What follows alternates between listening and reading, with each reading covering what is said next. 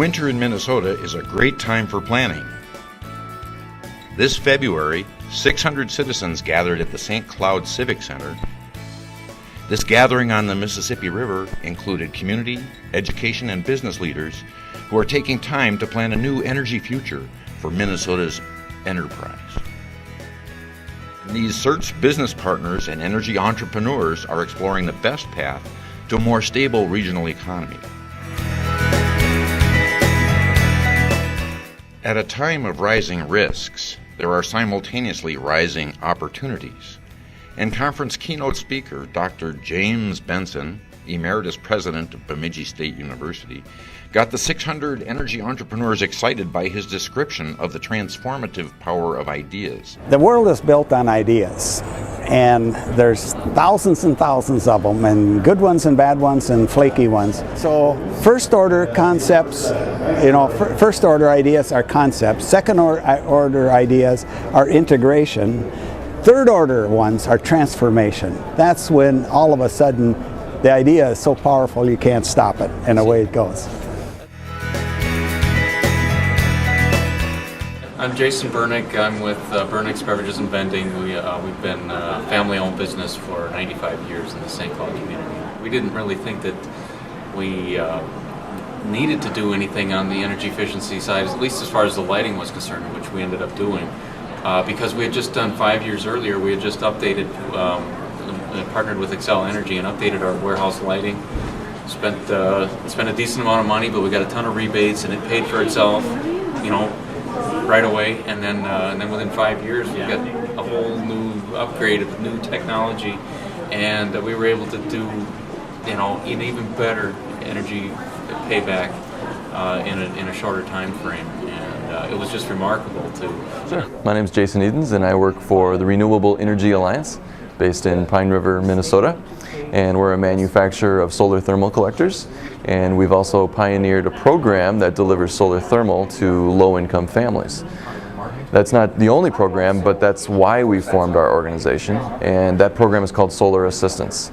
And Solar Assistance, again, delivers solar heat to low-income families on energy assistance as a long-term, clean and domestic solution to fuel poverty.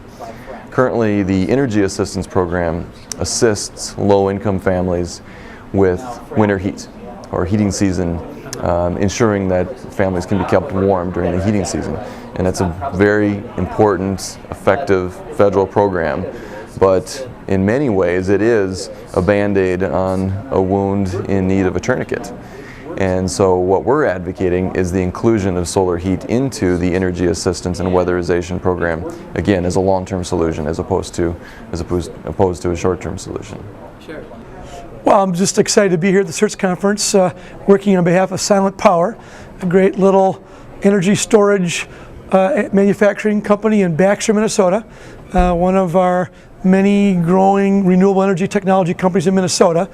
Silent Power is a company that makes energy storage units that includes an inverter converter system for solar energy along with energy storage that allows load management, peak shaving, and what we call solar smoothing that allows us to store solar energy produced during its peak hours of 11 to 2 and allows us to store it for release during the high demand parts of the day of, say, between 4 and 6. Silent Power would be considered definitely an energy storage manufacturer. We're in the smart grid technology realm, and we're working very hard to be part of Minnesota's growing Renewable Energy Technology Center, and we're very excited to be participating in the CERTs conference. My name is Rebecca Spengler, and I am part of a community in Ely that, as a business owner, I took some steps in alternative energy, which opened up some doors for other conversations in the community and led to a more collaborative approach of working together for our energy future, looking at other options, looking at projects simple to large, things that we can do to secure our energy future. Looked at what was possible, then went to Solar Skies, which is a Minnesota business, and found out more information, and other local contractors really pieced together what I needed to do the project. but at the same time created a lot of opportunities for them to enhance their own interests and businesses. My name is Jim Lossleben. I'm Vice President of Development, Business Development for 10Take Technologies. And I get excited because I've been in the energy business all my life, and I've noticed for a long time that we have needs to use and generate electricity better and cheaper. And PV solar, our coal that we use in our generation is free. And when we put a system in, you fix the cost of electricity for the next 25 years. And there's no other energy source that you can do that. The design of this next generation of solar system is started about 4 years ago, and it was under development in his garage for 2 years. Dr. Dallas Meyer, a PhD in materials, who was former Vice President of Engineering for Seagate, so he knows materials and silicon. And he looked around the industry and said, there's nothing new in solar. So he said, I'm going to change that. So he developed for 2 years and then opened the door 2 years ago. And my old boss at a company that we also previously developed got the CEO job. And so I got involved not because I needed to. I'm retired once, but you can only sharpen the knife so often. So Joel said, come back, can you help me build this company? And we opened the doors 2 years ago, and we hired our 50th employee about 3 or 4 weeks ago.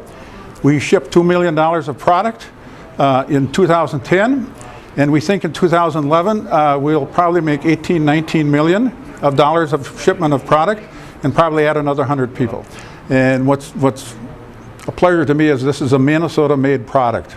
It's also it qualifies for produced in America, so that we're one of the few that can make that statement. But anyway, we're 94th and Penn. Probably not there too much longer because we're expanding. Hi, I'm Andrew Senyonjo. I'm a student from Germany at the University of Applied Sciences, Trier. Yeah, I'm here writing a master thesis on biogas. And so I came across this CERTs conference, which for me was really amazing because I saw it as an opportunity to meet people in my field and try to interact with them, share views, which I've done so far, and it's thrilling. I mean, rubbing shoulders with such very respectable people and getting connected. It's really nice. So I think I've gained so many positives out of this, and I'm taking them with me. I want to stick to this field, like in the renewable energies. I'm going to make sure I promote models like new business models based on principles of sustainability, and try to do the right thing. Try to take this trend that is taken by almost the entire world, because in Germany conferences like this are always held, and when I came over to the United States and the same thing being done, well, it's another confirmation that this is the right thing to do. It's the right trend to take. Well, I'm Emily Lucart. I'm Allison Fishbach. We're from Rosemount, Minnesota, at Rosemount High School. And we're both sophomores in high school.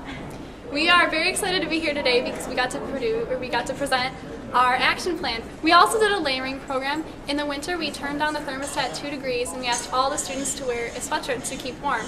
And although it seemed like a crazy idea in the beginning, it saved us lots of money and it saves a lot of carbon. Our school also has 8 vending machine misers, 3 which we purchased last year with our grant funds. The vending machine misers turn off or put the vending machines into sleep mode when they're not in use, and they're motion activated, and they turn on when students are ready to use them. And vending machines on average cost $300 to run per year. But with a vending machine misers, you'll save about $130, and it takes only about 16 months to pay that back. You need to be active. You have the power to change your school. We need your help on this process. We need you to get engaged, to drill down in your own community with your concerns, your information, and your passion, especially because what we think we're going to see is a barn raising in Minnesota. But it's going to be a barn raising not about barns, it's going to be building new energy technologies. You're going to get very excited about all the hidden opportunities are for making money, employing people, and building more stable and secure economies of scale in Minnesota. We need your help, and we hope you will go to our website and use some of these tools. We're sorry we missed you at the conference if you couldn't make it, but there will be another one, and we hope to see you there.